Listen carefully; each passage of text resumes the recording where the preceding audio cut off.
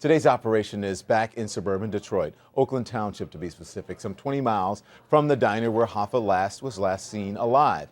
Author Dan Moldea is going to help walk us through all of this. He chronicled numerous crime investigations involving subjects ranging from Bobby Kennedy to O.J. Simpson and Jimmy Hoffa himself.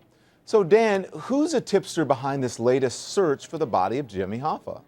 Well, this is a pretty good one. This is his name's Tony Zerilli. Tony Zerilli was the boss of the Detroit Mafia from 1971 to 1974 when he went to jail. Then his elderly father, Joe Zerilli, became the boss of the Detroit Mafia from 1974 to 1977. So he was in place when Jimmy Hoffa disappeared in 1975. And as the boss of the Detroit Mafia, he would have had to check off on the hit. Now, when Joe Zerilli died in 1977, his new underboss, a guy named Jack Tocco, became the boss. And when Tony Zerilli was released from prison in 1979, he became the underboss of Jack Tocco. So these two guys who are cousins are not knuckle draggers. These are guys who are college-educated businessmen.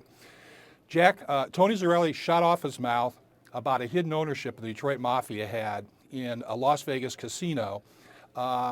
It was picked up on a wiretap by the FBI. They prosecuted 16 top guys in the Detroit Mafia. A whole bunch of people went to jail, and everyone blamed Tony Zerilli for it. And so when Tony Zerilli got out of jail during 2008-2009, he was persona non grata. So he was broke. He had no place to go, and so he went to a reporter at NBC.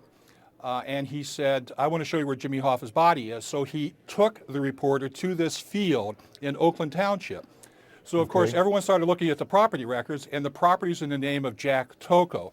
So the question is does Tony Zerilli really know something, or is he just trying to get even with Jack Tocco for making a persona non grata in the Detroit underworld? Well, Dan, that's a really good question. And the thing is that is Tony Zerilli, is he legit? His lawyer says he is. I want you to listen again, and then we'll talk. The difference between this and the last digging is this is a man with credibility. This is a man that would be in the know. This is not some random guy who said, oh, I think he's buried there.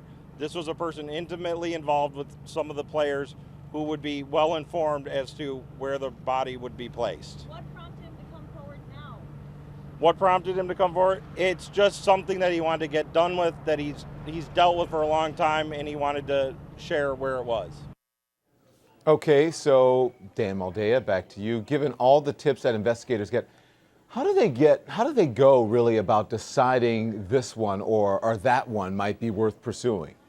Well, it depends on the cast of characters. It was a very good book that was done in 2004 by a guy named Charlie Brandt, who did a book about Frank Sheeran. Frank Sheeran had a whole bunch of credibility problems, but he gave a pretty interesting scenario as to what happened.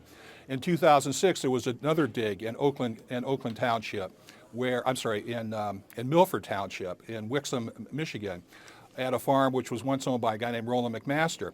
That was also an excellent operation by the FBI. The source was credible. His name was Don Wells. And the cast of characters was right. This one is also a very interesting situation. Listen, when the FBI takes these things seriously, I take these things seriously. And I've been involved in this thing now, 38 years.